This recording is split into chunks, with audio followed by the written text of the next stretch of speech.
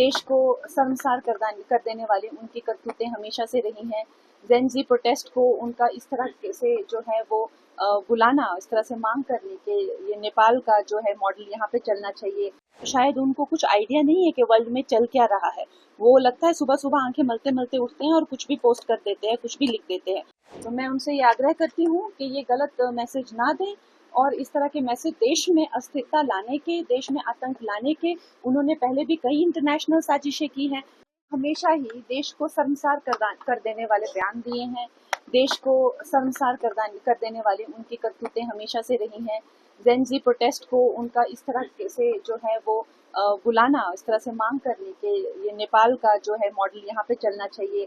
सबको जिंदा जला देना चाहिए और उनको ये बात पता होनी चाहिए कि नेपाल में जो है वो जेन जी ने एक नेपोटिज्म सरकार को जो है वो ध्वस्त किया है। तो शायद उनको कुछ आइडिया नहीं है कि वर्ल्ड में चल क्या रहा है। वो लगता है सुबह सुबह आंखें मलते मलते उठते हैं और कुछ भी पोस्ट कर देते हैं, कुछ भी लिख देते हैं। तो उनको ये पता होना चाहिए, उनके जैसे वंशवादियों को उन्होंने वहां ध्वस्त किया है। इस तरह वहां पे डेमोक्रेसी लेके आए हैं वो लोग, एक डेमोक्रेटिक गवर्नमेंट जो कि उन्होंने अपने आप चुनी है।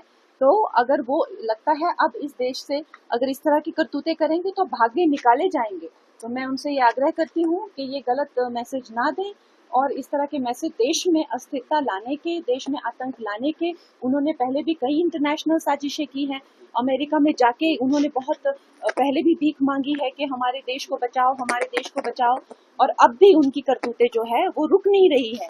तो हम तो बहुत ज्यादा क्रोधित हैं, वायलेटेड है कि इस तरह के जो है वो बयान दे रहे हैं।